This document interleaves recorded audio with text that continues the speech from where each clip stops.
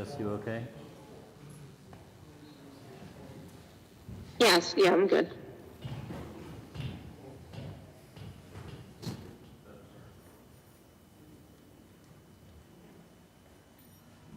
Please rise for the Pledge of Allegiance.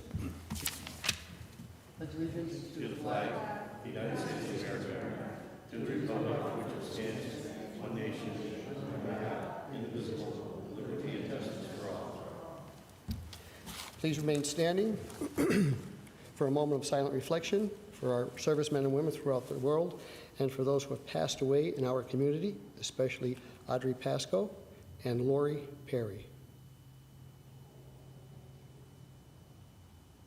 Thank you.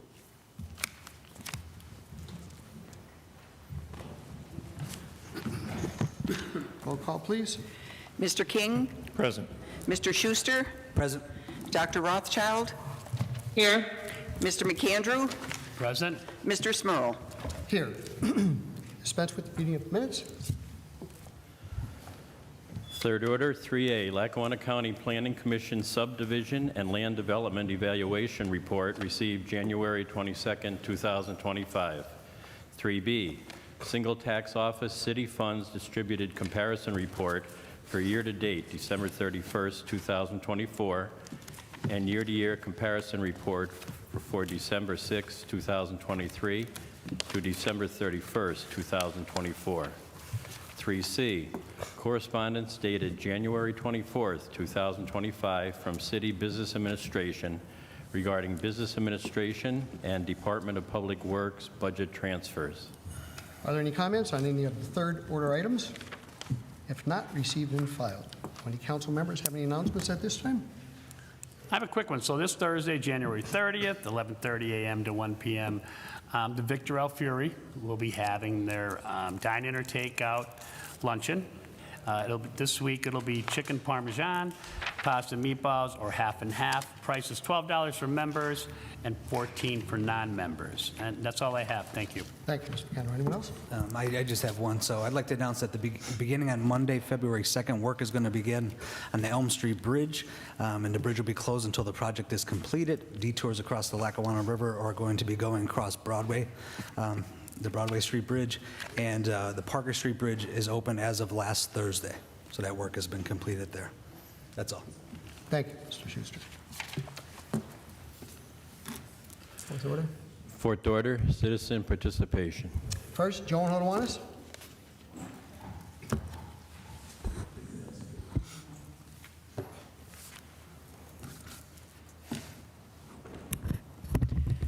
Joan Hodowan at Scranton. I don't see Scott Thomas here. He promised me he would come, but you can't trust that man, so I will make the announcement. The Nancy K. Holmes branch of the Scranton Public Library reopened last week. It's been renovated. It's quite beautiful, ADA accessible, energy efficient, and I encourage everybody to go by and check it out. And if you don't know, Nancy K. Holmes was a councilwoman in Scranton. So she was one of yours. So maybe you all want to check it out. I was listening during your caucus about what your solicitor found out about pay raises for the council. And I won't waste my time having him explain it now. Maybe he could discuss that when you get to that part of the legislation. But I do have one comment. It just underscores the fact that the Home Rule Charter is obsolete, outdated, and not very useful to the general public. This is what we look to when we want to see how our government runs, how it's supposed to run. And if it's not up to date and irrelevant, what does that do for the general tax-paying public? This should encourage you, impel you to take some action and get that document updated and relevant. And it should be updated on a regular basis. When was the last time it was updated? Sir, please, will you let her speak? When was the last time it was updated? I don't remember the exact year, 76 or I'm lost. 76? Okay, 49 years ago, I think that's long enough. So you can talk about why all 5 council members will get a pay raise, but it just underscores that that paragraph is totally useless. And I'm even wondering why the controller and the mayor have to wait for pay raises tied into elections if that paragraph doesn't mean anything. But that's just me. The Meadowbrook easements that you have on the agenda tonight, if memory serves, isn't the sewer authority still working on their easements? You know, I that believe they there are started in 2016, 2017. How long do we anticipate that the Meadowbrook easements process is going to take? Will I even be alive to see that project completed? At the rate the sewer authority is going, that does not bode well. So I hope that you all have better success this time around. Have you heard anything about the status of the Commonwealth hospitals? Nothing. That thing is going to break once in a while. Sometime soon, we're going to hear something, I'm sure. I see that Lackawanna College, in the paper, they're going to build a tech center on Wyoming Avenue, and they're going to sell 401 Adams Avenue property. Do we give them a loan for the Adams Avenue property? I don't know, Joan. I'll look it up. If we did, I would sure like to get that money back. It should come from the top of whatever sale they make. And hopefully they're not going to ask for a loan for this new tech center. They can get all the grants they want, and you could do the pass-through legislation. Well, please do not give them any taxpayer dollars from the city of Scranton. Enough is enough. I've hearing rumors, and I don't know whether they're true or not, but has ICE been roaming around Scranton looking for illegal immigrants? It's mostly rumors, what I've been told. Okay, well, I do hope that the appropriate authorities, the school district, the Diocese of Scranton, the other churches, are all coming up with policies about what to do, you know, if they show their faces around, you know, because I am all in favor of getting rid of criminals, but tax-paying immigrants, the more the merrier. Thank you. Thank you, Joan. Norma Jeffries?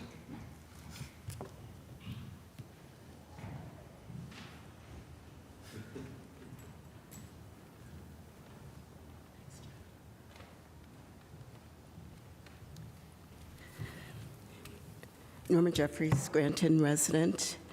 And there's 2 things that have been on my mind over these last few years that I've been back in Scranton. And the one, of course, is the street signs. And I do appreciate getting the email, I guess I got that from you, Frank, about the update on the street signs and all, so I do appreciate that. But the other hot button of mine that I can't seem to get off my mind is the homeless, or I'm told that they're called the unsheltered or the housed. So often residents will come up to me. I'm just a regular old public person here who volunteers a lot. Sir, Mr. Bolus, we can't hear. I'm sorry. Would you, if you, thank you. I'm sorry, Norma. Go ahead. So, like people say to me, all we have to do, my sons will say that to me sometimes when I ask them something about the computer. Well, Mom, all you have to do, you know, and that seems so simple to say, all you have to do. But one morning as I was sitting at my kitchen table in my warm house, having a nice cup of coffee, it came to me, Norma, what would you do if someone knocked at your door right now and said, Norma, here's the keys to 123 Podunk Street. I just used that as a fictitious name. And the wheels started turning. What would I do if someone came to me and said, here are the keys to a building. It's all yours. And then I said, what would I do? Okay, I would get a team of volunteers together. That would take at least 6 months or more. I would secure a grant writer with funds that are going to be needed to do this. I would set up various committees to oversee the grant writer committee to make sure that it's in progress and where the money was going to be used. I would set up another committee to check the building for safety, a committee to check the electricity, the plumbing, and all the other facilities. I needed a committee to secure the licenses where needed. And then the biggie, the data gathering committee. How many facilities are available already working with our unhoused? What are the numbers? What is needed? Just the facilities for a code blue situation? I don't think so. Training. And, I always like to think about that phrase that we say, we can give a man a fish, and it's good for the moment. But we teach them to fish, and they can supply themselves for food from then on. I'm just paraphrasing that. That's not exactly how it goes. And then we have to think about permanent housing. We have to think about employment assistance, counseling, and then, of course, the health needs of the individuals. And then I started to think about the children. How many families are in these categories that I just mentioned? How are families to be treated? I've seen them with the mom and dad and the little kids. The kids should be in school, and they're out on the street down there by Turkey Hill. That's not right. And should families be moved to the top of the list? My fictitious list that I'm making. Now what? So, if this was a place, the time frame from what I just went through would be over a year to get this place together. It cannot be done overnight. And my prayer is continued for the Code Blue facilities that are in place and that they will be in place by the winter of 2025. I hear the comments that some of the people make to me that these facilities have too many rules. These facilities are not what they want. Well, how do we know what they want if we don't talk with them? That may be true, but we cannot stop us. We cannot let this stop us from moving forward with the city of Scranton to come up with facilities. I understand that there is a city task force available, so I will continue to pray that by the fall, something will be in place. Jessica had sent me, and Jessica, you could hear this, had sent me some information about the housing, but it wasn't sufficient for me. So I'm just looking for more output as to what this task force is doing. Just remember, I know this goes through my mind when I see them, that the homeless on the streets, there's a few biblical things that come to my mind, and anybody knows this, I'm a praying woman. There, but for the grace of God, go I. And when you do for the least of these, you do it for me. Thank you. Thank you. Sandy Fonzo?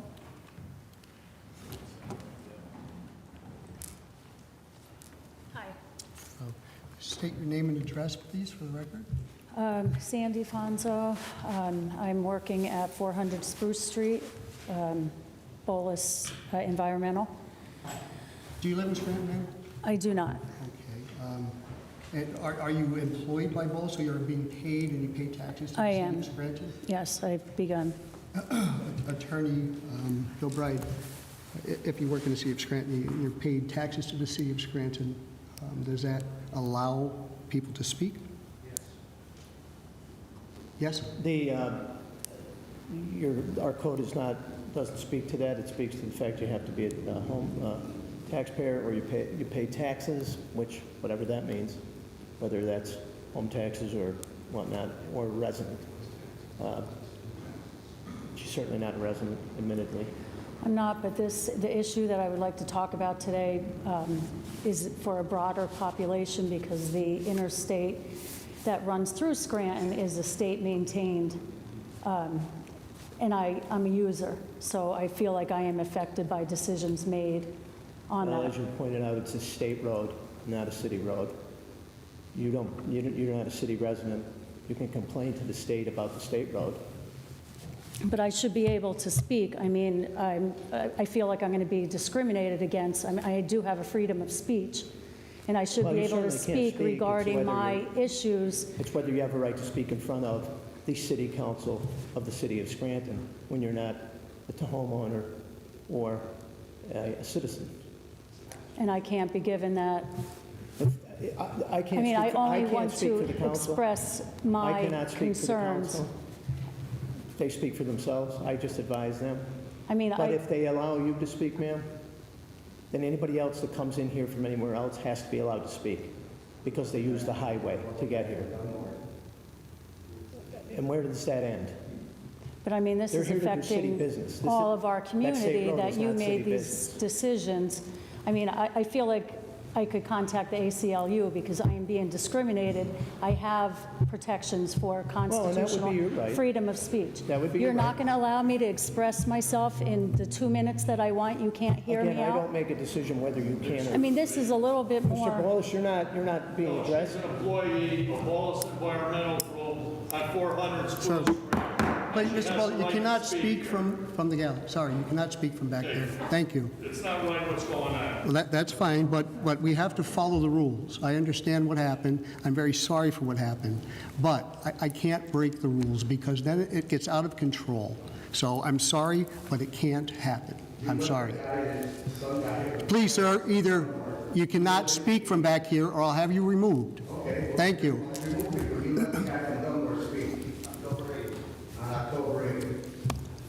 Are you finished? I'm sorry, ma'am. I can't allow you to speak. I'll take care of it. this is unbelievable. For clarity's sake, so I thought if you paid taxes in Scranton, The code doesn't call... I'm sorry, I can't hear that well The today. code doesn't say that. The code does not say that. It just says a taxpayer or a city property owner.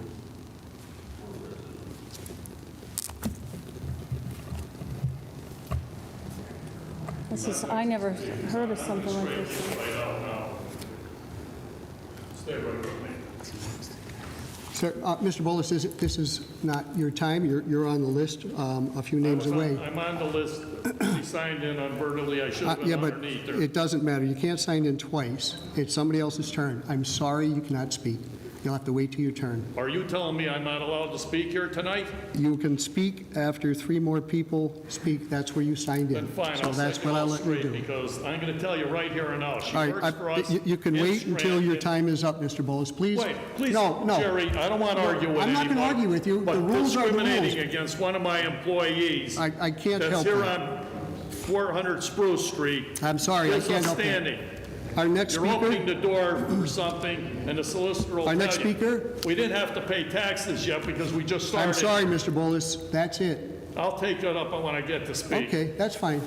Here, come on, I'll take care Les of it Spindler? for you.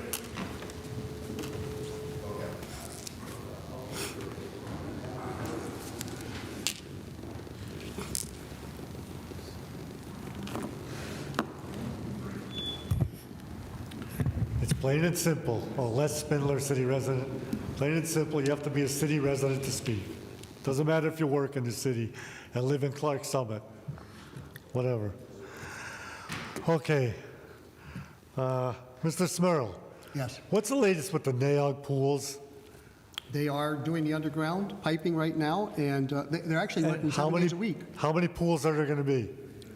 In the first part, there's a splash pad and the activity pool, and to the left of that are all of the pickleball courts and all of that equipment. Because I was here for that big display they had, demonstration, blah, blah, blah. It said we're getting a 3-foot pool and then a lap pool. Yes. Well, I heard from somebody from the rec authority that they're only putting the 3-foot pool in. Well, Because they the rec lost the authority grant is- and they won't be able to do the other pool. That's incorrect. I think somebody from the rec authority should know that that's what That's okay. they're in charge of that. They're entitled to their opinion. Okay, I hope you're right. Next thing, a few weeks, the gentleman from Izzy's in the Greenridge Plaza came here, talked about that flood control project in the parking lot, and I agree with him 100%. It's such an inconvenience. I go to Planet Fitness there, right near Izzy's, and just it's dangerous driving through the parking lot now, because cars are coming from all different directions. You really got to 4 sets of eyes. It's unbelievable. And a lot of days, they're not in there doing anything. They weren't there today. I don't know how long that project's going to be going on, but, I mean, I don't know anything about the flood control, but why they had to dig up that parking lot is beyond me. And it's They dug it up, there's a huge storage tank that goes there to collect the water, so it all doesn't run off into the river and flood, so it's kind of a control. yeah, but they've been doing it, they've been here for a long, long time. Like I said, they're not even there every day. I know. Maybe if they were there every day, it'd be done by now. It's a big inconvenience. I'm glad Joan brought up about the immigrants. Donald Trump said he's just deporting violent criminals. I saw a lot of women being put on these airplanes. I doubt all those women are violent criminals. I guess if you're an immigrant, you can't commit crimes, but if you're a U.S. citizen and commit violent crimes, you get pardoned. For example, the 1,500 people from January 6th, they were the cause of police officers dying, and they get pardoned. That leads me to another thing where the National FOP, they supported Donald Trump, and now they're real upset with him because he's pardoning all these people that were responsible for killing Capitol police officers. But, you know, they voted for him, so now they have to put up with his decision for the next 4 years. And they supported him. And now they're mad because he's pardoning all these violent criminals. So I guess if you're a Donald Trump supporter, you can go commit violent crimes and get pardoned. That's who they elected. That's all I have tonight. Thank you for your time. Thank you, Mr. Spindler. Ronnie Ullman?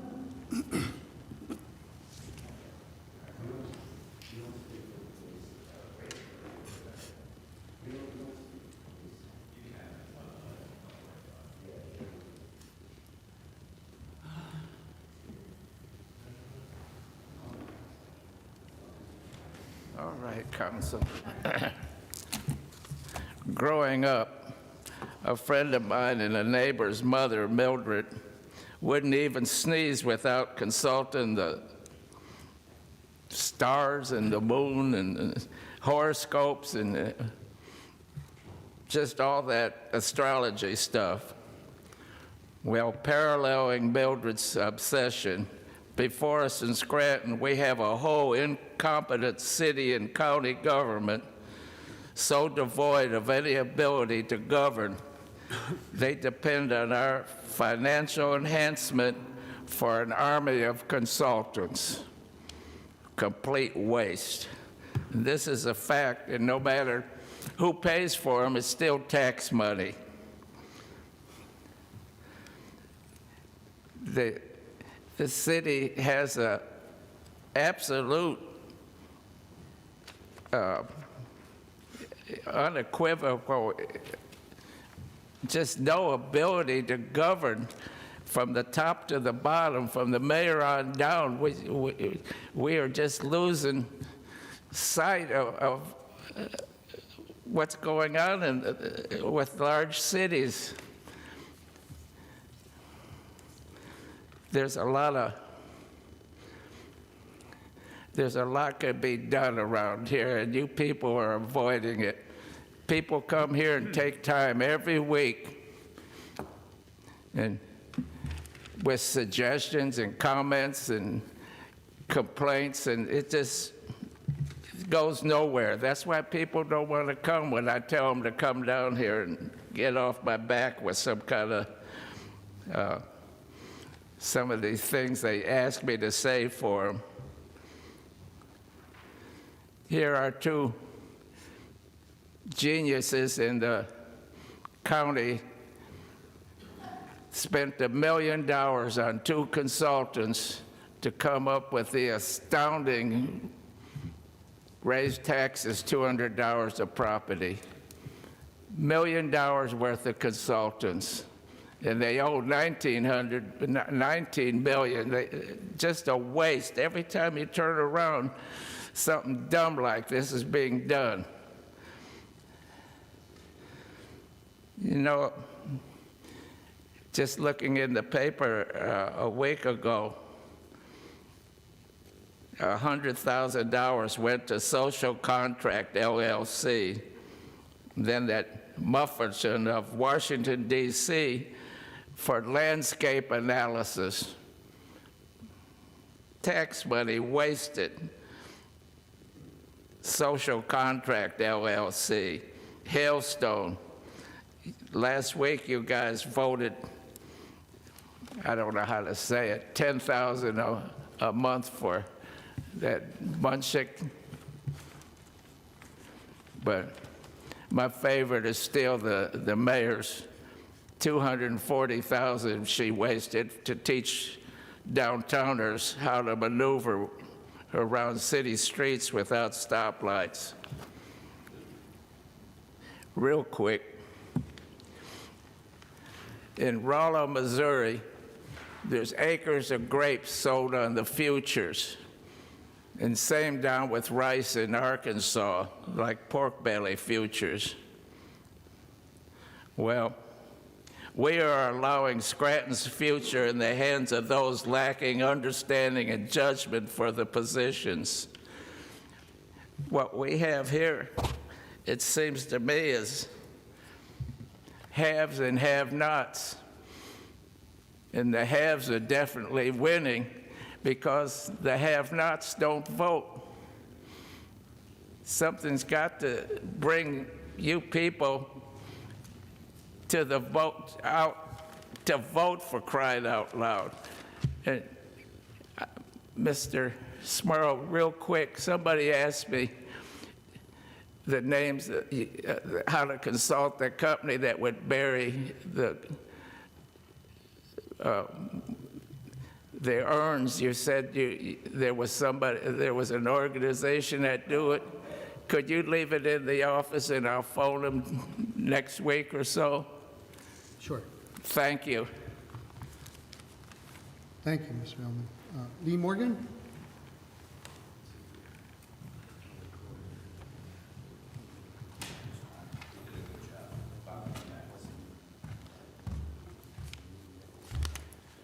Good evening, Council.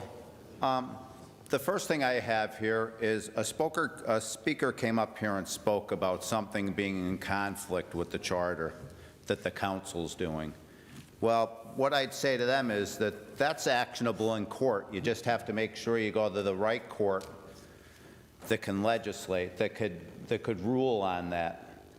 And you can reverse anything that this Council does if it's in violation of the charter, because that's an alternate form of government in Pennsylvania. They can't do whatever they want.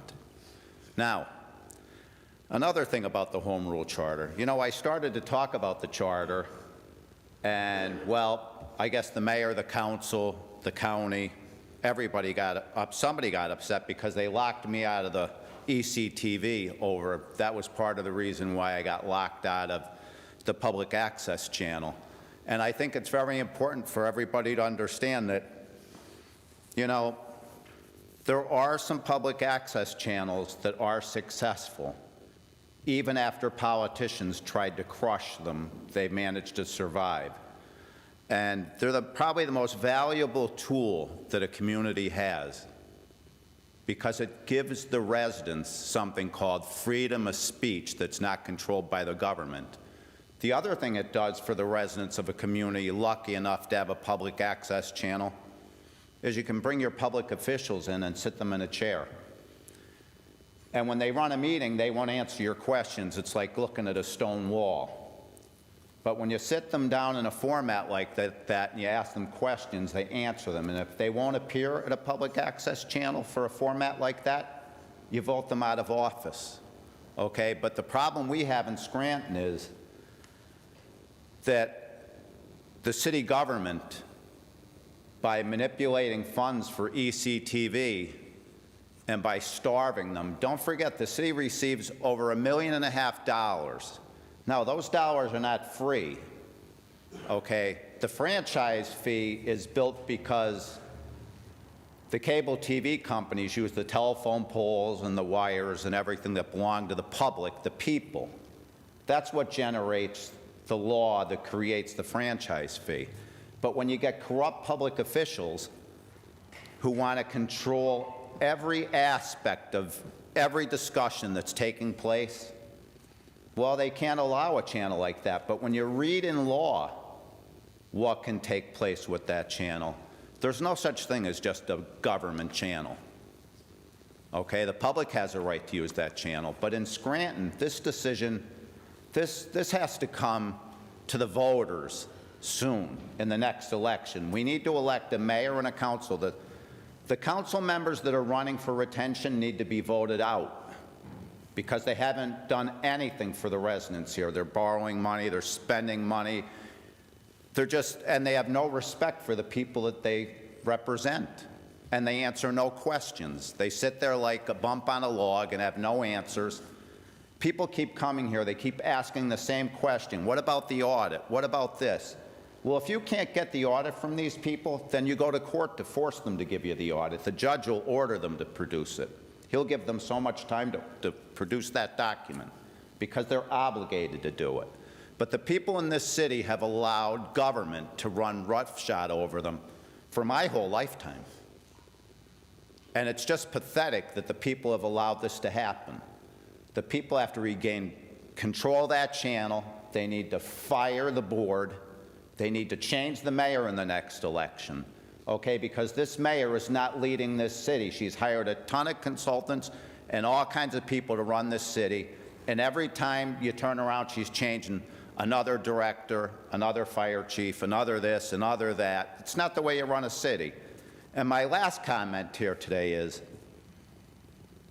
there's a difference between a legal immigrant and an illegal immigrant. And to be honest with you, Donald Trump is doing the right thing. We need to ramp up the amount of people we're removing from our country to about 70,000 a week, because we had a president of the United States who did not enforce the border. A lot of Americans were murdered and killed by illegals, and all kinds of stuff went on in this country. And it's just not the way it should have been done, because the president's #1 job is to secure the border. And no woman should be beaten and raped and killed, and no American should be killed, and criminals shouldn't be allowed to come into this country, and come in legally or don't come. Thank you, Mr. Morgan. Bob Bolus?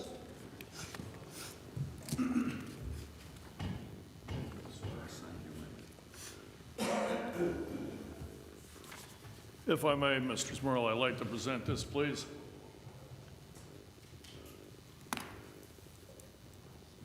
I'll explain what it is. There's 22,000 signatures on a petition. There's actually 22,400 right now, and there's several thousand more coming on eliminating Biden Street. Okay, Bob, Baptist Brook. they can't hear you. Mike, would you give that to Kathy, please, so she could keep it in file? Yeah, I will, but she could file it, so we won't lose it.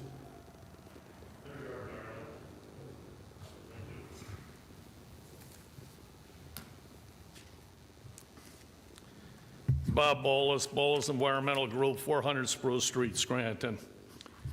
What I saw here tonight was very disturbing. Sandy came here through my company. Did she pay tax yet? We just opened it up. We didn't receive a tax bill, and we just went through a devastating fire on my other companies in Troop.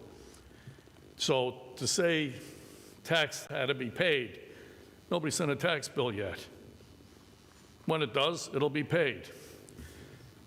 She's in my company, and she had every damn right to speak here tonight, especially to the tragedy that happened to her and her son and the Kids for Cash with Conahan and that idiot president that's gone, that gave him a free ride and let him live in luxury. Her son died by suicide for what he went through.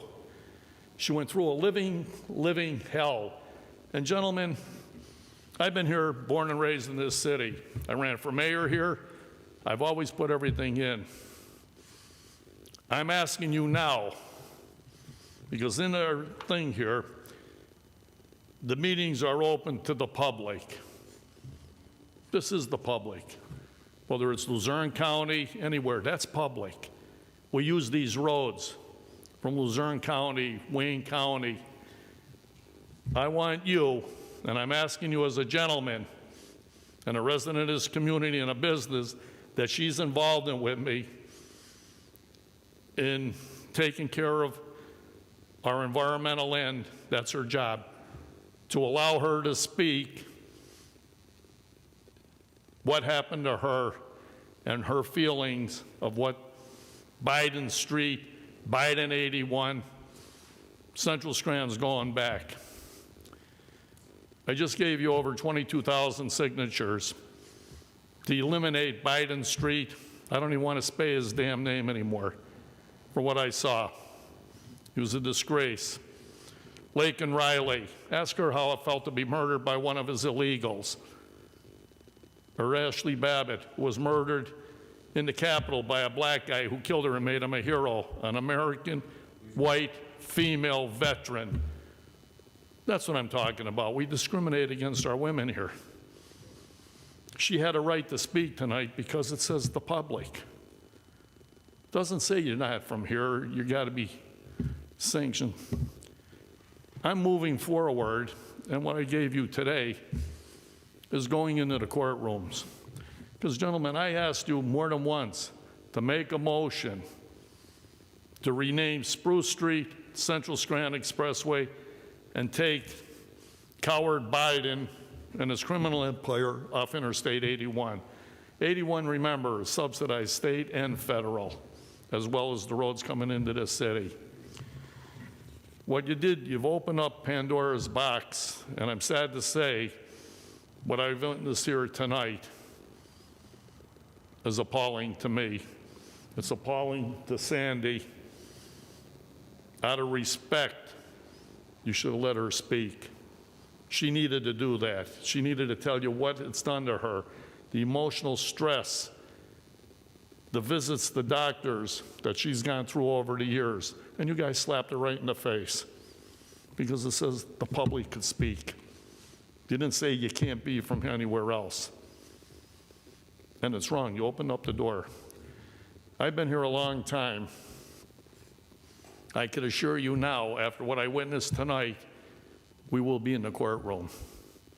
And we will get rid of Biden in our community. Let him go back. You gave him Biden Way in Greenwich. That's all he's entitled to.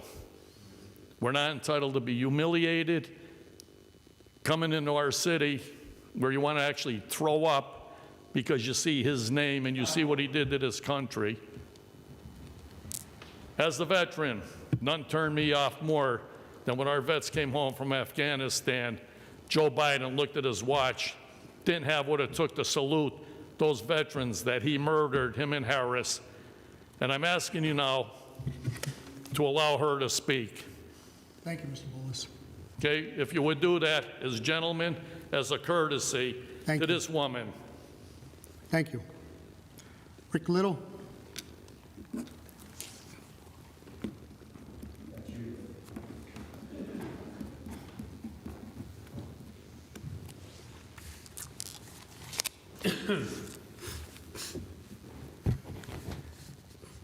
Hi, Council. Rick Little, Scranton.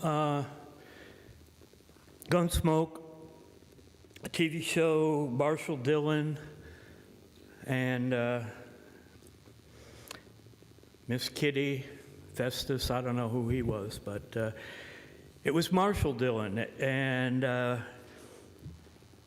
like to talk about the police. He was a marshal. He wasn't a police officer. He wasn't a sheriff. He was a marshal. It was a territory he was in. Anyway, police in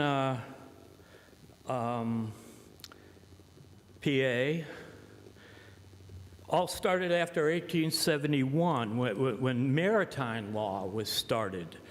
And that was a big shift in the whole judicial branch of government. And that's where I see the biggest problem is. Most people don't know the difference between statutes and laws. Well, statutes are case law.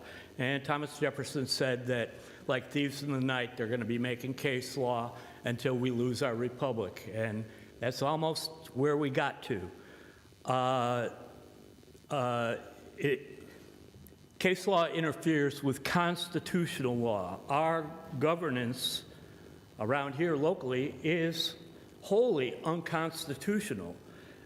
City, county, state, and it's mainly because of the chain of command going up from everywhere, but mainly in the judicial branch, who is supposed to enforce law. Now, the city charter of Scranton was made up in 1979, and there were many amendments to it. The main ones that I found recently was in 1994.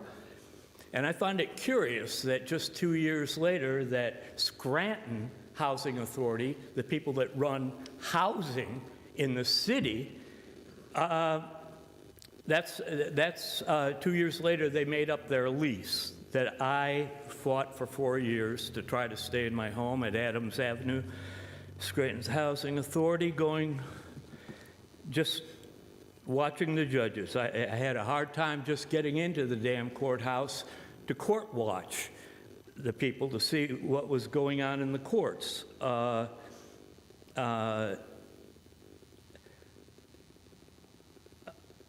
Housing has been stolen from the people. Social Security has been stolen from the people.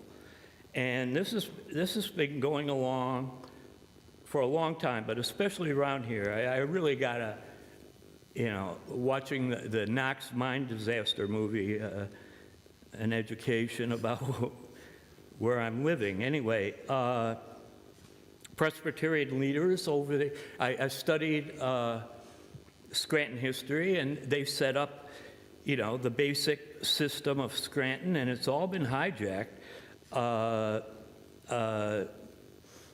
by HUD, who's, the counselor here tells me, oh, Scranton Housing Authority building is owned by HUD. Well, that's not true. And HUD is supposed to go by the 24 CFR rules, by law. I'm looking at the Sunday Times, and there's 3 federal agencies that are listed. But what happened was there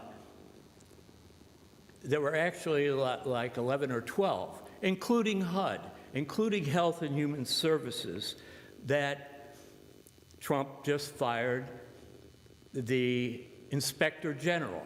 These are the people that are supposed to look at these federal agencies that are being siphoned off on the state, the county, and city level, And this county has done it on the cheap because it's Catholic Relief Services, charity, good charity. Charities is what made Scranton Housing Authority in the beginning.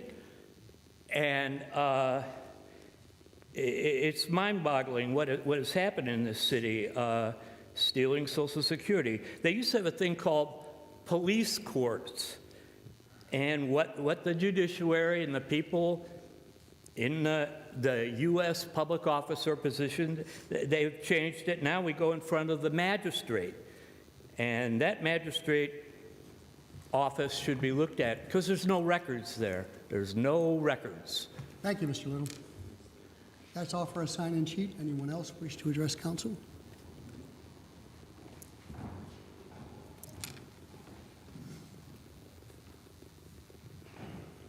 Hi, my name is Eric Kalabowski. I live on 1729 Ryerson Avenue. Just about the Meadowbrook Creek thing, I got a letter back in August saying that 127 square feet of my property is going to be temporary easement for the project. I have no problem with the project. I have no problem with anything like that. But that's all the info I can get. I called the number that's on here. I've left multiple messages. No one's called me back. I kind of need to know how long it's going to last for. I have a special needs daughter. I kind of need to be able to pull up to my house. Well, it's going to be the front of my house that's being eased, obviously, because of where Ryerson is. So I need information. I need to know who I can talk to. I need to know who I can speak to about it, Okay. something. One second, Mr. Schuster. He was talking about a meeting coming up this week, so So if you could leave your information with Ms. Carrera here. Okay. We could have the city contact you. There are some residents had contacted me to get a meeting together, and there is a meeting scheduled this week on Thursday. Okay. With city engineers. We'll see if we can get you on that meeting, or if they could reach out to you if you have some questions. Yeah, no, I appreciate it, because I just got to find out for my own family's planning what I need to do, so. Yep. And what was your name again? Eric Ketelabowski. Okay.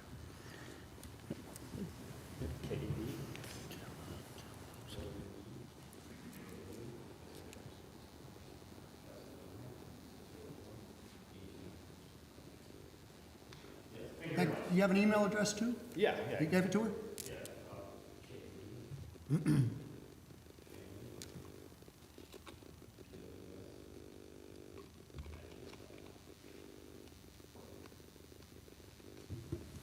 Thank you.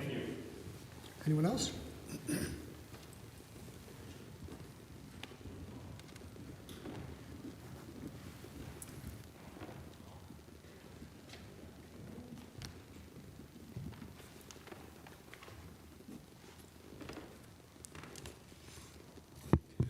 Town Coin, Manuka.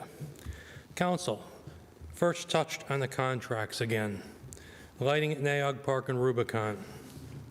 Lighting contract was bid out and the funds may have been in the city coffers. But just because they're in the city coffers does not mean a new contract or contract renewals should skip the city council. As a matter of code, they are not supposed to. For normal subscriptions, councils such as I'll get down to, it should be put on auto-renew clause on the contract unless severed. Christmas lights were bid out. There was no reason why they should have been approved or paid without council's approval. Subscriptions under the IT budget are for things like Microsoft Office Suite, OS upgrades, and open government. The best thing since sliced bread until the administration decided that open government was too open. Remember, they floated it with a connected kiosk downstairs for the public to use. Rubicon promised a $1 million savings in return after the initial evaluation and produced none. The Sorrenti Center was promoted as an advanced training center with high-tech gun ranges and electronic anti-terror scenarios that many municipalities would come here and it would produce profit from the other municipalities using that facility. And it produced none. Rubicon had a 2 or 3 year contract. The extended subscription was not part of the deal. But it seems we don't follow rules. Onward. First, Dr. Rothschild, I understand that being too sick to come in. If you're too sick to come in, just stay at home, rest, and don't come to the meeting. If you're that sick, we don't need you here.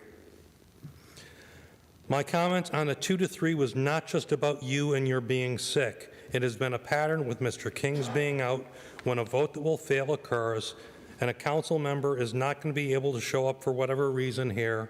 They phone in to protect the 3 to 2 mayor's vote so it can pass. It's really little more than that in my eyes. Moving on, I have no issues with an increase in the council from 12,500 to 16 or 18,000. But the mayor's position does not deserve it without results.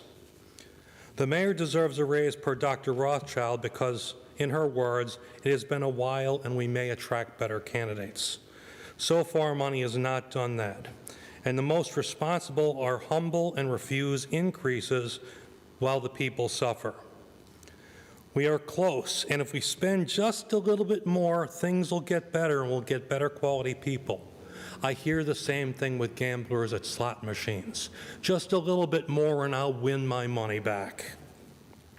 As for the pay being low versus other positions in the city, unlike a lot of city employees, the mayor does not punch a time card, does not get overtime. Police and fire in most cities far exceed the mayor's. And it's specifically the fault of this body and the multiple 12 to 24% raises, why others who did not deserve it are now so excessive that the mayor's salary has to be raised, because it's been raised other positions obscenely high that now the mayor's seems low.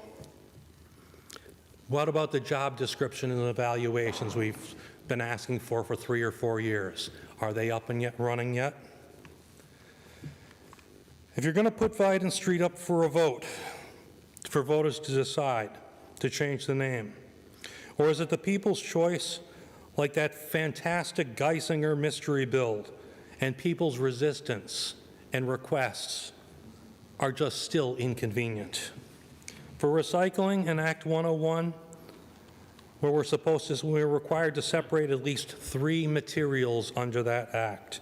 So we could move it to paper, cardboard, and glass, and the rest go to the dump and still fill Act 101 and save money.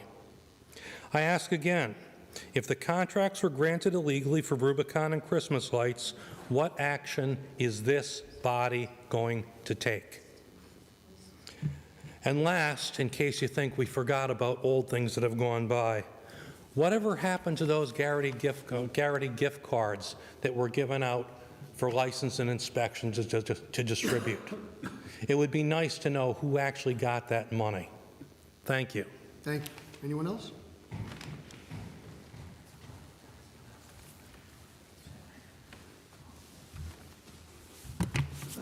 Good evening, Council. Virgil Argenta. Mr. Smurl, once again, shame on you for how you treated this woman tonight, not allowing her to speak. Mr. Smurl, do you remember October 24th when you allowed the man from Dunmore to speak? What's the difference between a male and a female, Mr. Smurl? Has anyone been through a suicide? I have. You should have gave this woman the courtesy to speak. You know how it may have helped her just to talk it out. Let the woman speak. Mr. Smurl, is the city of Scranton a sanctuary city? Again, we're asking you that. We, the good citizens of the city of Scranton, do not want to be penalized by the federal government for the mayor or the council's actions. We've asked this question many, many times, but it seems to be that we're a sanctuary city. There's been a lot of time put into circumventing the law enforcement agencies. Mr. Smurl, during the summer of 2024, the mayor and yourself produced the idea of the Beautiful Blocks program. You were to purchase $325 gift cards from Garrity Supermarket. Do you remember that, Mr. Smurl? Do you have an accounting of who received the $25 gift cards and what constituted being a winner? And are there any of those leftover gift cards, Mr. Smurl? And if so, where are they, in whose possession? And where did that money come from? Another question while we're on the topic, Mr. Smurl. Can you tell us tonight what part of the project will be completed and ready for use at Nahog Park this coming summer? 7A, on the question. Once again, Mr. Smurl, this is your night. Zones, no parking zones in the 300 and 400 blocks of Cedar Avenue, east and west sides of the street. Is this for the entire 2 city blocks? Or is there certain locations where there's going to be no parking zone? The issue is very vague. 5B, eminent domain. There's some pretty strong words for city government to use. Can we agree on that? We all know how long the city of Scranton dragged their feet on the Meadowbrook Creek project. There's a neighbor here tonight.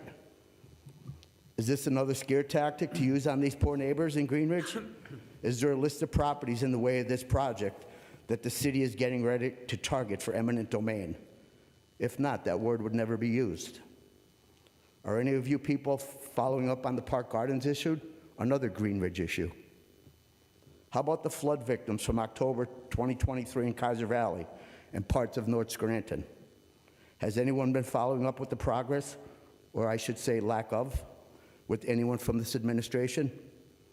How about the vacant seat on the Firemen's Pensions Board? Was a retiree seated yet in that vacant seat?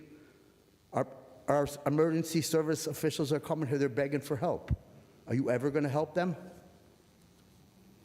Well, it's nice to see the city of Scranton is administering a police officer test. The test opened up Saturday, January 2025, January 25th. But the city of Scranton posted the notice today, January 28th, 2025. Sooner than later, the city of Scranton administration, they'll get with the program. Regarding the police testing, if a candidate fails the test, can their military 10 points be added to their failing grade to afford them a passing grade? Or can the military points only be used for a passing grade to give the applicant a higher score? Once again, Airbnbs are taking over the city neighborhoods. We've asked this question. I produced addresses. No answer. Airbnbs are to be in an R12 zone. Does anybody know where the R12 zone is? Where that R12 is designated? And who enforces this issue? You may want to check the hand sanitizers that are within City Hall. None of them work, and I'm sure we're paying a bill for them. We don't need photo op. We don't need ops here. Thank you.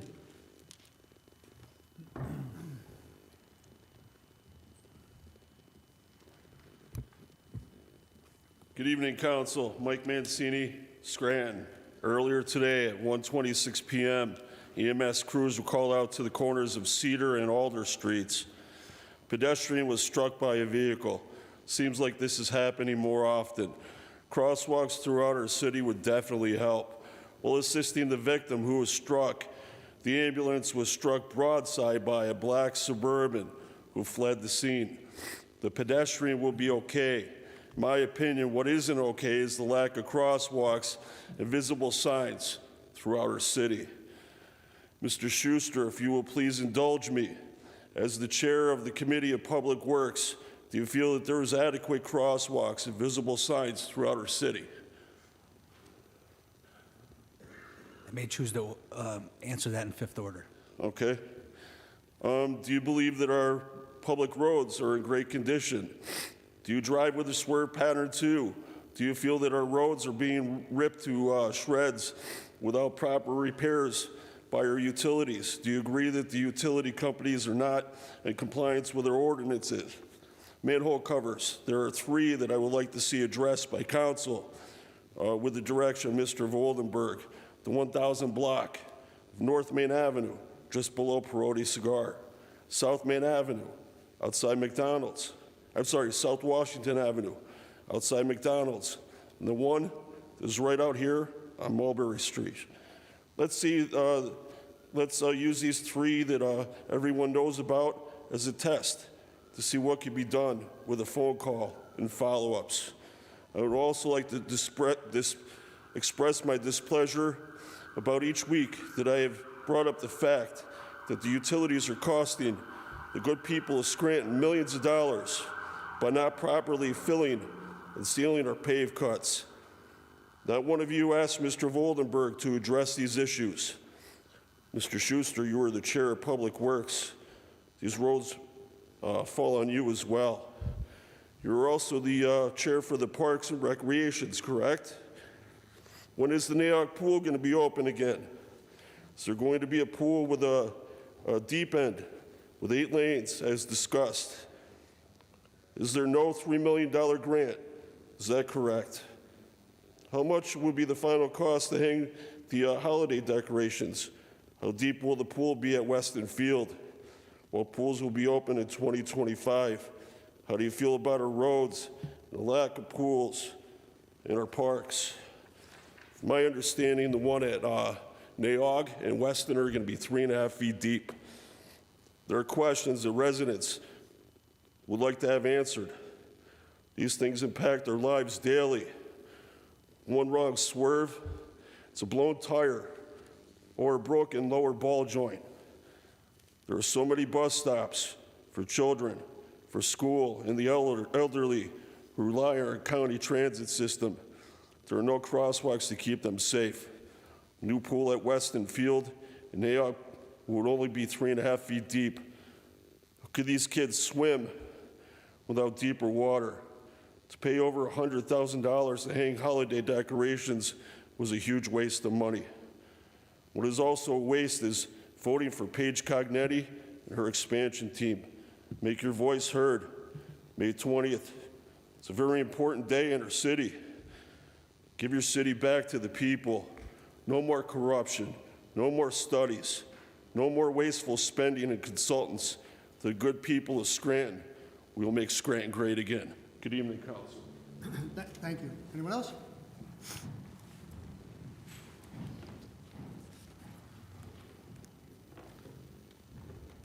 Good evening, Council. My name is Frankie Malacario. I'm a resident of Southside Scranton. I've heard some awful rhetoric here tonight.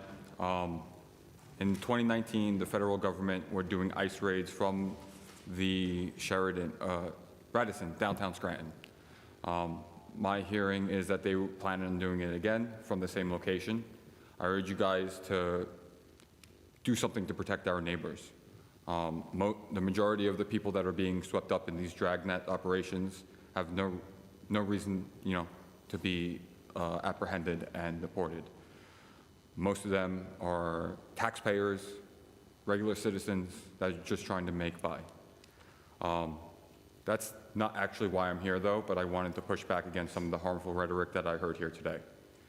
The reason that I'm here is because just recently, UGI announced that they were going to be hiking gas rates across the region by another 11%. This is the third rate hike that they are going to be doing in the last year, totaling 26%. 25% increase in our bills in a year is unsustainable. Our minimum wage hasn't been increased in over a decade. I would like to ask Council to apply for a formal complaint through the Pennsylvania Utility Company in order to try to prevent this hike. At the very least, what it would do, it would trigger a local meeting by the Pennsylvania Utility Company to open up comment from the public.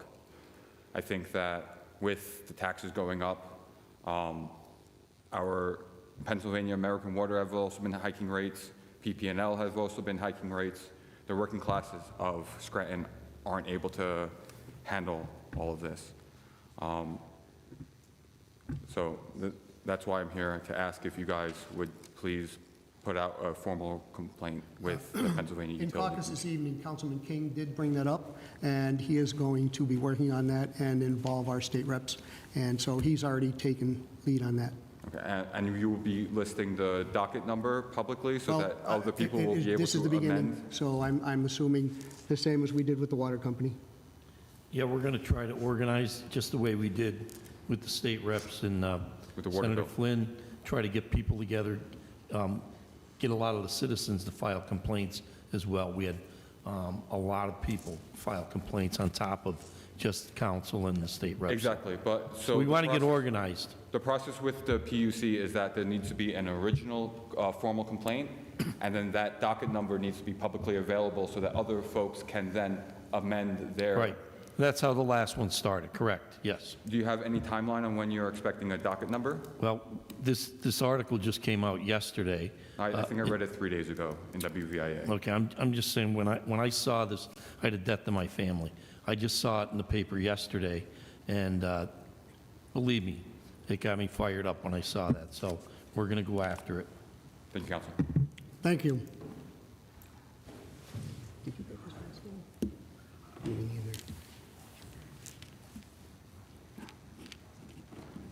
Good evening, Council.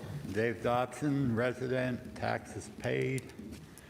It keeps coming up on these roads, and back in the Janet Evans Council, I even got them to pass some regulations on. I don't want to fix the roads with tax money. I want the utilities that dig it up, fix the roads. And they should be inspected even as much as a year later, because the asphalt sealer sinks down into the pave cut groove, and then you have an open path for water. Water's the universal solvent in chemistry class. Okay. Now, on crime, we hear a lot of, but we have from what I can see, reading the Scranton Times, we had 4 drug arrests, all probably involving powders and whatever. And we also had a ghost gun for sale, and the person was apprehended with his kids in the car, another load of guns in the back seat right next to his kids. I mean, you know, you want to think about what you're doing here if you're doing stuff like that. If somebody can wind up dead that really doesn't deserve it. And the gangs pay real big bonuses for those. A gun that you could probably buy for $500 or $600 at a gun shop legally, if you're legal for it, costs $5,000, $6,000. And they actually go out to the country and fire them off and make sure that there's one out in California was used an hour later in a gunfight, a ghost gun. So I'm not against guns, but anyway, I think we're doing quite a bit for crime, to fight crime around the area. Now, today I have been instructed by the boss of the House to warn you people, we're watching the news, and we're watching with these appropriations and grants and things being shut down. Unless you have that money in your hand, don't tell me it's coming. Go look for it, because there are things that are being frozen. Trump has no authority to shut these people down, and he's doing it anyway. Congress appropriates the money, and that's all there is to it. And the president is obligated to spend it within reason and for what it was appropriated for. Not like Ukraine. We investigate Hunter Biden, announce a phony investigation, and I'll give you the money. You know, why? You know, he was pardoned by his father, but, you know, he's owed an apology by some of the government in this country for that. And, you know, I didn't like Biden pardoning Conahan, and I wanted Spruce Street to be a ceremonial, and the people in council didn't listen to that. So that's the way it is. And I wish our new commissioners would figure out that it wasn't Jerry Notarianni, but it was Cummings and O'Malley decided to buy that monstrosity down on Wyoming Avenue, and that's where $18 million is missing. Now, last week we had pardons, immediate pardons. One pardon was Ross Albrecht. He ran the Silk Road online sales, and it grossed $200 million in heroin, cocaine, ecstasy, meth. And he was paid by crypto coins. Another one was pardoned and released, and he got into it in Indiana, a scuffle with the police, and he was shot and died.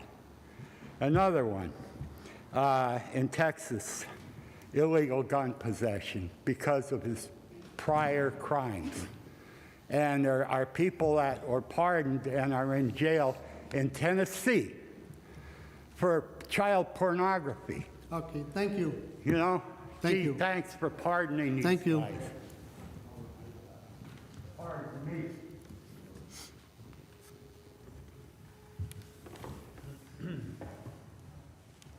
Good evening, Council. Mark Margavage, Scranton.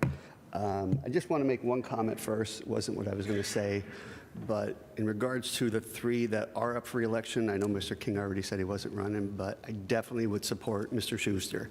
Mr. Schuster was the only one who voted against the fireman's waiver residency. Not that they wouldn't deserve it, but I think we have to worry about representing the city of Scranton and not one group of Scranton. So just wanted to say that. Next, who makes the rules for council? Does the president make it? Do you guys all vote on it? Council votes on the rules when they reorganize. So I'm going to play something for you guys. It won't take long. Joseph Zarkowski, Trip Street in Dunmore. So I was at the time. Now, that gentleman was allowed to speak. So that was from October 8th.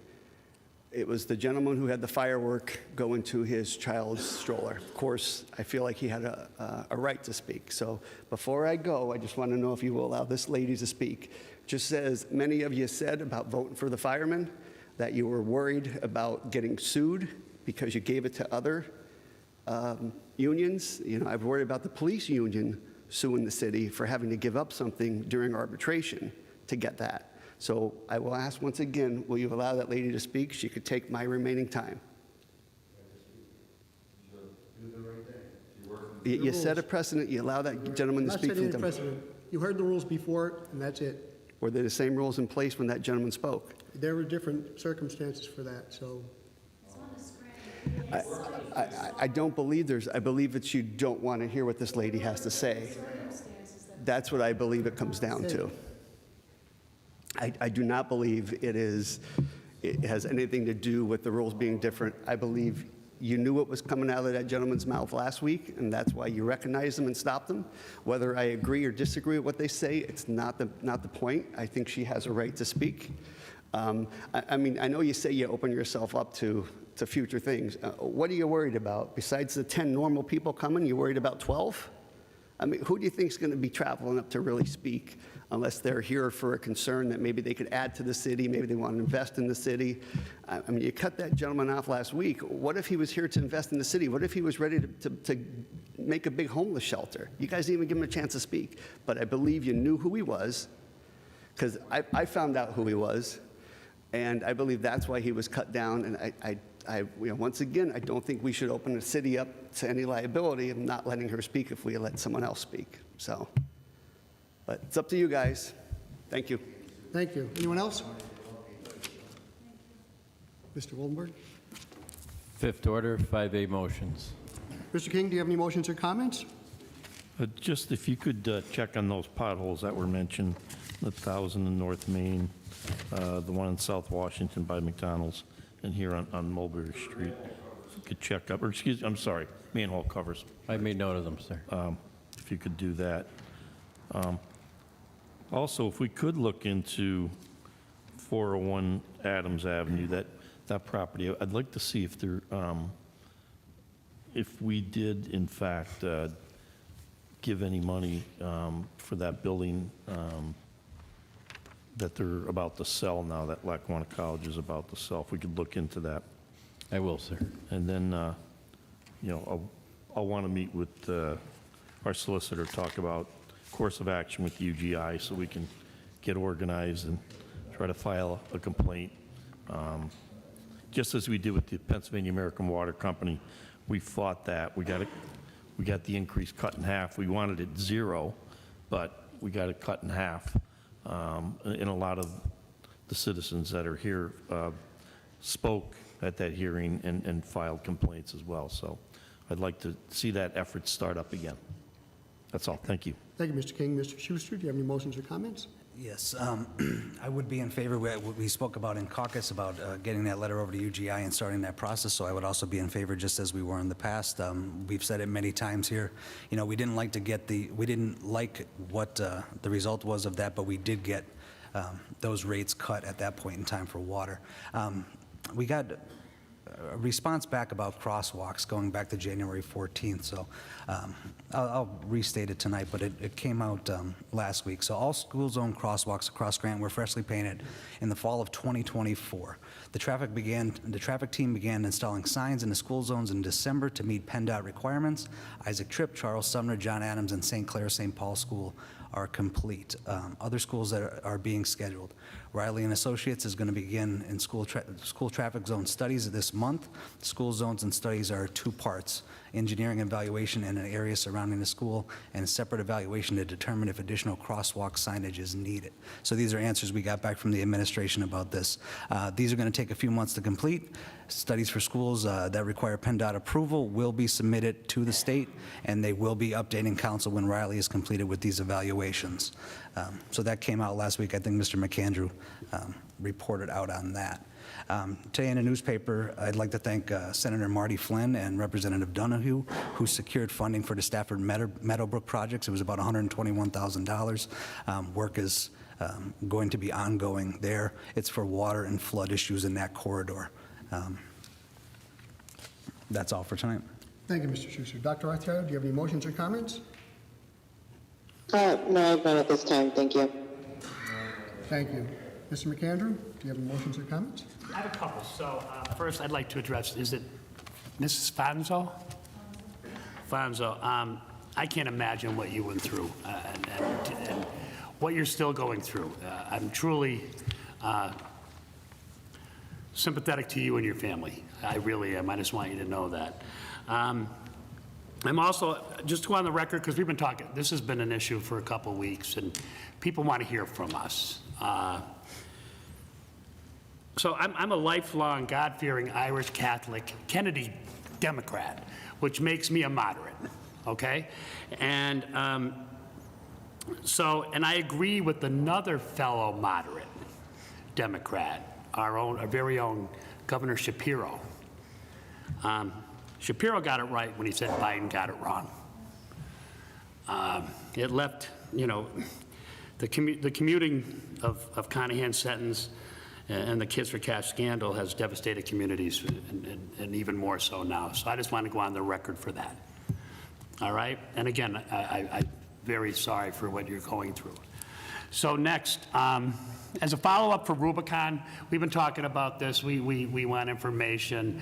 The renewal has not become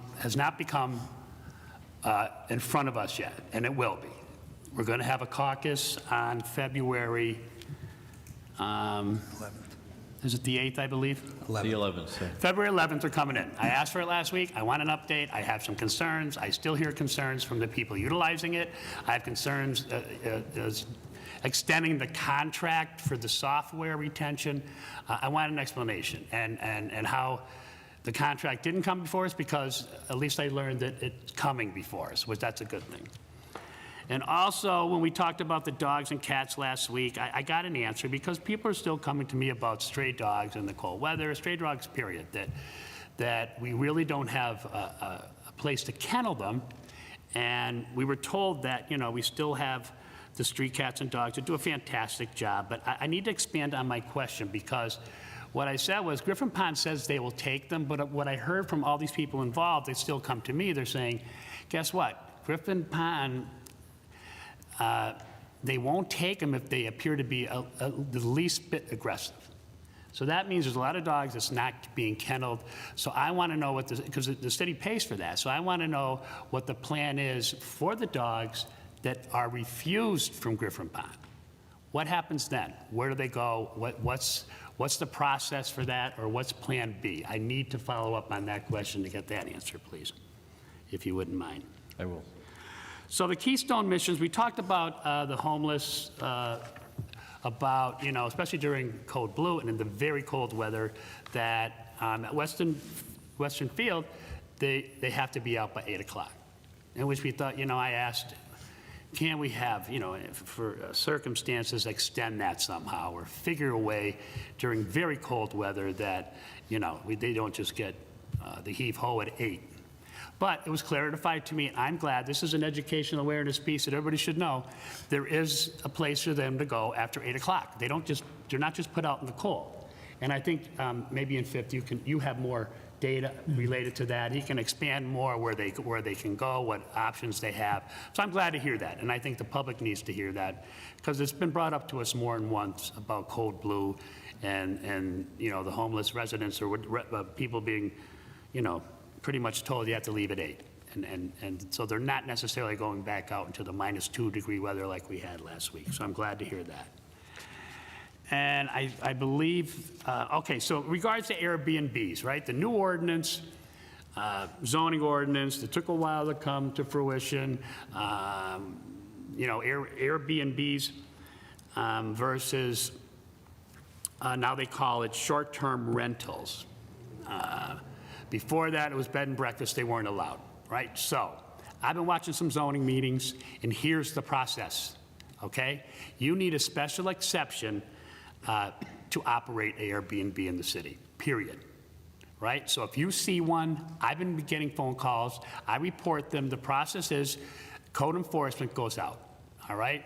Code enforcement issues them a ticket, and then with that ticket, they now have to come before zoning for a special exception to operate as an Airbnb. So that's the process.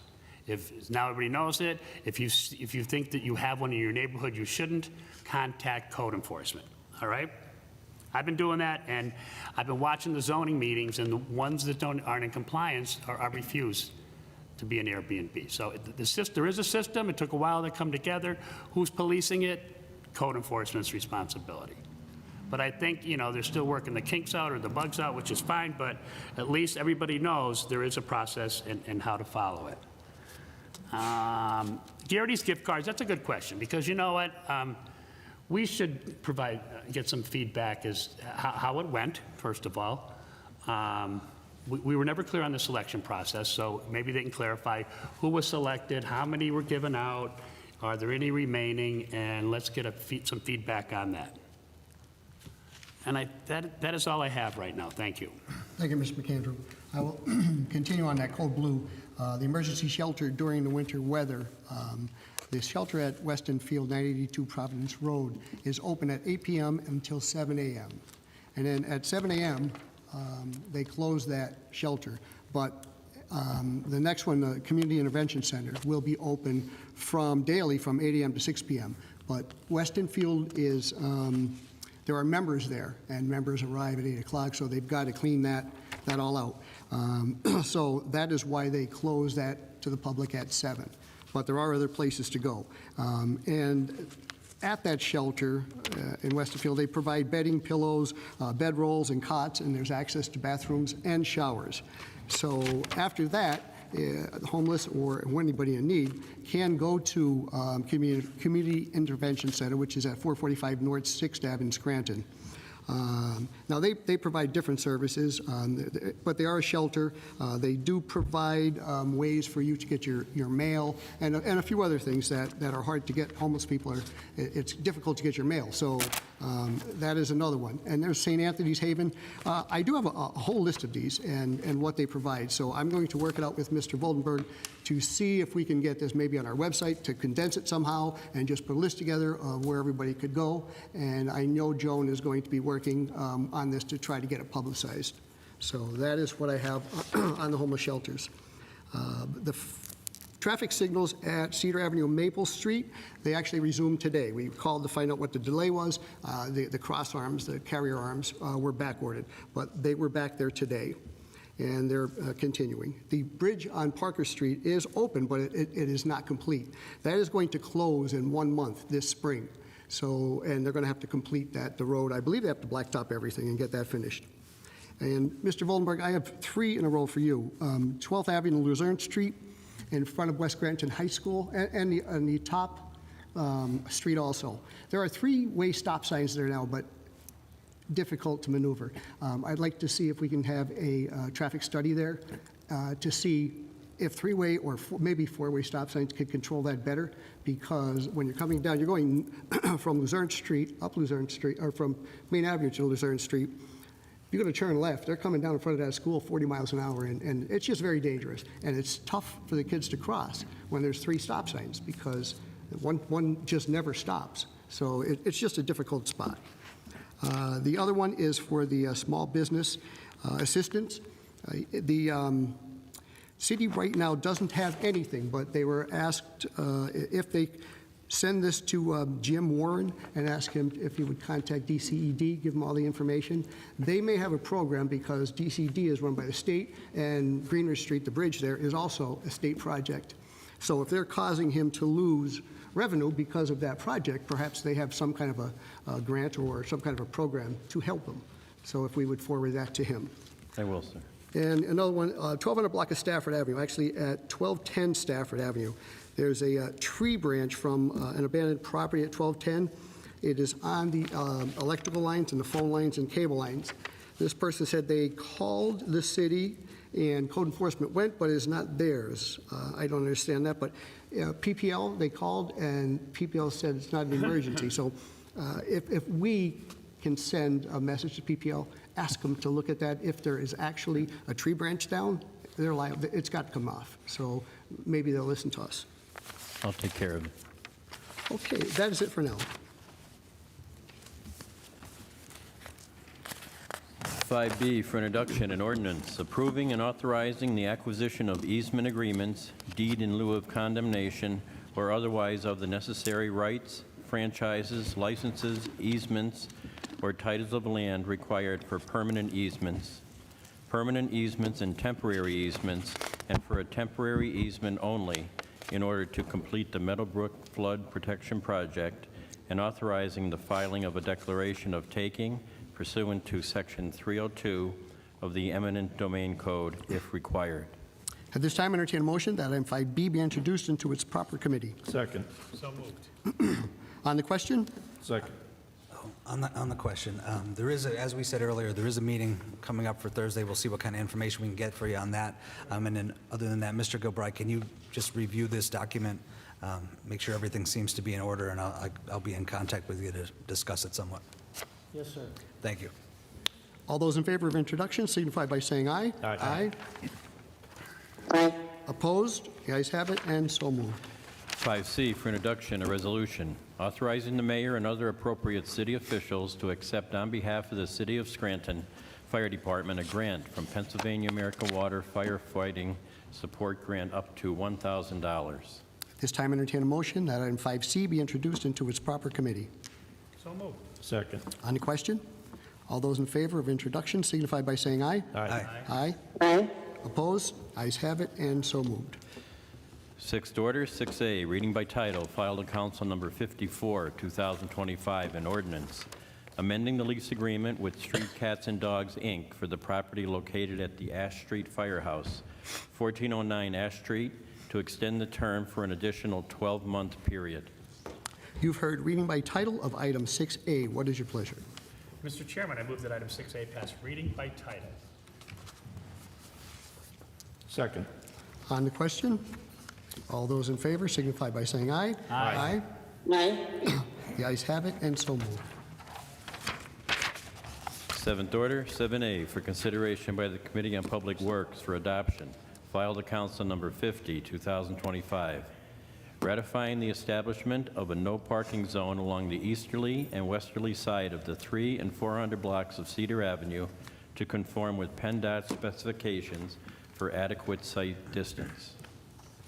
What is the recommendation of the chairperson for the Committee on Public Works? As chairperson for the Committee on Public Works, I recommend final passage of item 7A. Second. On the question? On the question, we've had a question about this before. All of this exists. It is currently in existence, so there is nothing being changed. All we're doing is bringing it up to be compliant with PennDOT rules. Roll call, please. Mr. King? Yes. Mr. Schuster? Yes. Dr. Rothschild? Yes. Mr. McAndrew? Yes. Mr. Smurl? Yes, I hereby declare item 7A legally and lawfully adopted. 7B, for consideration by the Committee on Finance for adoption, filed to Council Number 51, 2025, amending file to Council Number 7 of 2013 by increasing the salary of the position of mayor to $95,000 effective January 1st, 2026. What is the recommendation of the chairperson for the Committee on Finance? As chairperson for the Committee on Finance, recommend final passage of item 7B. Second. On the question? Roll call, please. Mr. King? Yes. Mr. Schuster? No. Dr. Rothschild?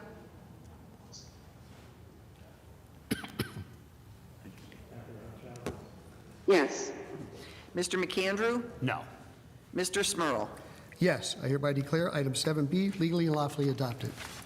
7C, for consideration by the Committee on Finance for adoption, file to Council number 52, 2025, increasing the salary of the position of City Council persons to $18,000 effective January 1st, 2026.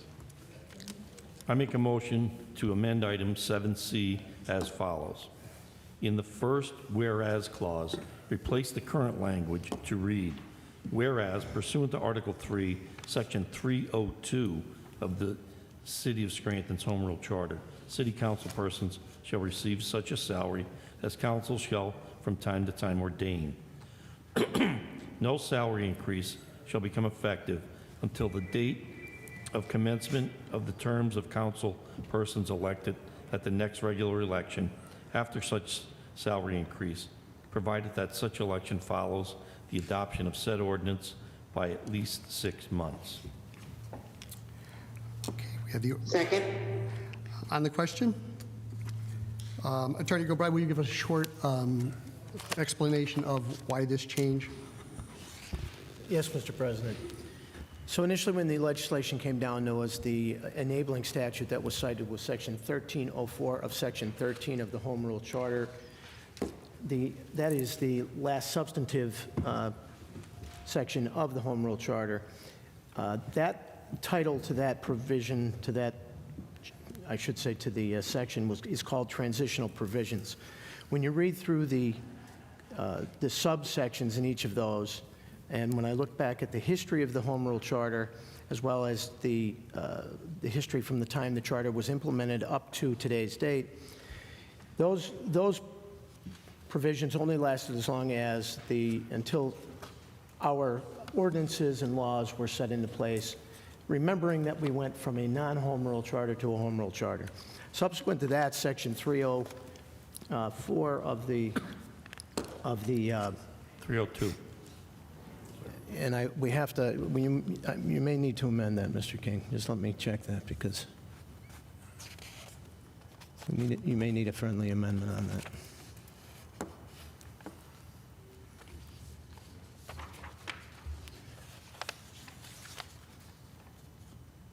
Yes, it should be 304, Article 3, Section 304. So that will need to be a friendly amendment if the two people that made and seconded the motion want to do that. I'd like to make a friendly amendment. I initially stated Section 302. It should be Section 304. Second. On the question? I can continue. Yes. So under Section 304 that deals with the salaries section under the council in Article 3, it says exactly what is written in the amendment that Mr. King made, with the exception that now it will read Section 304, not 302. That allows council to increase the salary from time to time, so long as they follow. The effective date can't be until the commencement of the term of council persons elected at the next election, which would be January 1st of 2026, and provided that the ordinance that passes the raises was adopted at least 6 months beforehand. We are now 10 or 11 months beforehand, so you're well within the time frame. Under this code, unlike 1304, where it was just for that transitional period, this allows that all 5 members at the time of the commencement will receive the same pay. And when you look at it out of fairness, that makes sense. They certainly wouldn't want to establish a system where 2 or 3 members of council were receiving one level of pay, while 2 or 3 council members were receiving in a lower amount. So based upon my research and based upon how the Home Rule Charter, again, keeping in mind that under statutory rules of interpretation, all sections of a law should be able to be read together and should not be in conflict with one another. I know initially when some of us looked at that, we thought, wait a minute, this seems like a conflict. However, when you keep in mind that Section 13 was just transitional in nature, it was only for the period of time immediately after transitioning to the Home Rule Charter, that no longer applies. That's all I have. So, and then, Mr. Gilbride, so this just updates it from the transitional period from when the charter was written to when it became law, moving forward, correct? But now 304 applies. It seems to me that at the time, and I was probably 2 when that happened. I don't even know. But it seems to me that somebody was concerned that if they didn't have that provision in, some people might get the idea to immediately give themselves a raise, and they didn't want that to happen until such time as the voters had a chance to speak on who the representatives. Keeping in mind, at the time that the charter came in, there were already existing mayor, controller, and council people who maintained their positions until such time as their term was up. And so I think it was and again, I'm just reading through the history and looking at how these, under statutory rules of interpretation, how they can blend together. They had to be worried that they just wanted, we're setting the salary right now, that's going to stay the salary until such time as the voters have a chance to elect new members to council, and mayor and controller. So that's why I offered the opinion I offered. All right, thank you. Okay. All right. All those in favor of... So all those sorry. in favor, we are voting on this amendment and not on the passage of the raise right now, correct? Correct. Correct. Right now, you're voting on the amendment. Correct. To the Okay. amendment first. Then you have to vote on the amendment, and then you vote on it. All right, I'm just going to keep this thing simple. I voted no through introduction for the increase for a few reasons. And I appreciate the hard work you've done to clarify the language, Solicitor Gilbride, but I have to vote no for every piece if I'm voting no for the raise in good conscience. And I'm going to tell you why again. So people are struggling, all right? And I just don't have an appetite at this time to, and another thing is, in August, I've been asking since August to get our crossing guards, our children's first line of defense every morning going to school. Since August, I've been asking to get them a $10 a day raise. They make $20 a day, and to no avail. But it only took 3 weeks after being introduced into legislation, raises for the mayor and council. It's not fair. So I stand against this and you know, in good conscience, can't support it at all. Even the steps, and I appreciate the work that was done. So the next 3 votes are going to be, one is going to be the friendly amendment to make it section 304. Then it's going to be on the amendment itself, and then it's going to be The next vote will be to amend the amendment to say section 304, not 302. That will be the first one. Yep, thank you. Okay. All those in favor signify by saying aye. Aye. Aye. Opposed? No. The ayes have it, and so moved. Now we would go on the amendment. Now you will be voting on the overall amendment that was corrected to reflect section 304, not 302. All right. So all those in favor signify by saying aye. Aye. Opposed? No. No. The ayes have it, and so moved. Now you have to vote for the bill itself, the original ordinance. So we are going to vote for the bill itself. All those in favor signify by saying aye. No. No. What, Oh, I'm No, isn't it a you roll need to call? ask what the recommendation of the Finance Committee is. Oh, Yeah, okay, yeah. so we're going to go on the whereas clause that we just read. Is that what we're going to vote on now? Now, you should ask me what's the recommendation of the, Okay, what is the recommendation of the chairperson for the Committee on Finance? as chairperson for the Committee on Finance, I recommend final passage of item 7C as amended. Second. On the question. On the question, in 1976, the salary for council was $7,000. 49 years later, actually it'll be almost 50 years later, when this is fully enacted, I think $11,000 over 50 years is more than reasonable. And after having sat here for 3 years and experiencing, being a council person, we've mentioned in the past, serving on council is not just Tuesday nights. It's every time you go to Garrity's, it's every time you go to the liquor store, the Dollar Tree, church, a viewing, phone calls, emails, direct messages through Facebook. It's constant. And that's what I signed up for. And quite frankly, I'm voting for this I'm not going to realize it. I'm not going to be on this council next year once this raise kicks in, but I feel it's appropriate. That's why I'm supporting it. So on the question, I will agree with Mr. King. You know, council is every day. I don't think there's one day this week that someone hasn't contacted me about something or another. Historically, I've been opposed to the higher percentage raises that have come across the city. I've tried to keep spending down, and at this time, I've just simply been voting no on this, but at this point, I just feel my compensation is sufficient. And that's all I have on that. Thank you, Mr. Schuster. Roll call, please. Mr. King? Yes. Mr. Schuster? No. Dr. Rothschild? Yes. Mr. McAndrew? No. Mr. Smurl? Yes. Hereby declare item 7C as amended, legally and lawfully adopted. 7D for consideration by the Committee on Finance for adoption, filed to Council Number 53, 2025, increasing the salary of the position of tax collector to $72,000 effective January 1st, 2026. What is the recommendation of the chairperson for the Committee on Finance? As chairperson of the Committee on Finance, recommend final passage of item 7D. Second. On the question?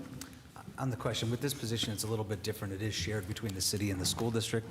The school district is already in favor of this, and I'll be voting yes on this. On the question also, it's been many years since this increase, since there's been an increase in the tax collector's position, and there's been far more duties placed upon the tax collector, and it's really become a full-time job, and I think it's justified, so I'll be supporting this. To add on to Mr. King, there were several duties that were added to the tax collector positions 2 to 3 years ago. It hasn't been discussed much lately, but they were added at that point in time. As I stated the past 3 weeks, this is a unique position within any municipality, sharing the tax collector and being funded by 2 entities. So the increase, which I'm usually against large increases, is minimal. And as I stated the past 3 weeks, this person has taken on and done a fantastic job, more duties, and is deserving of this raise. So again, I'll be supporting yes for the final passage. And once again, if I could say on the question, all these raises, we're voting for the position, not for the person. And none of these raises will kick in until January 2026. Thank you. Thank you, Mr. King. Roll call, please. Mr. King? Yes. Mr. Schuster? Yes. Dr. Rothschild? Yes. Mr. McAndrew? Yes. Mr. Smurl? Yes, I hereby declare item 7D legally and lawfully adopted. 8th order, no business at this time. If there is no further business at this time, I entertain a motion to adjourn. Motion to adjourn. This meeting is adjourned. Thank you.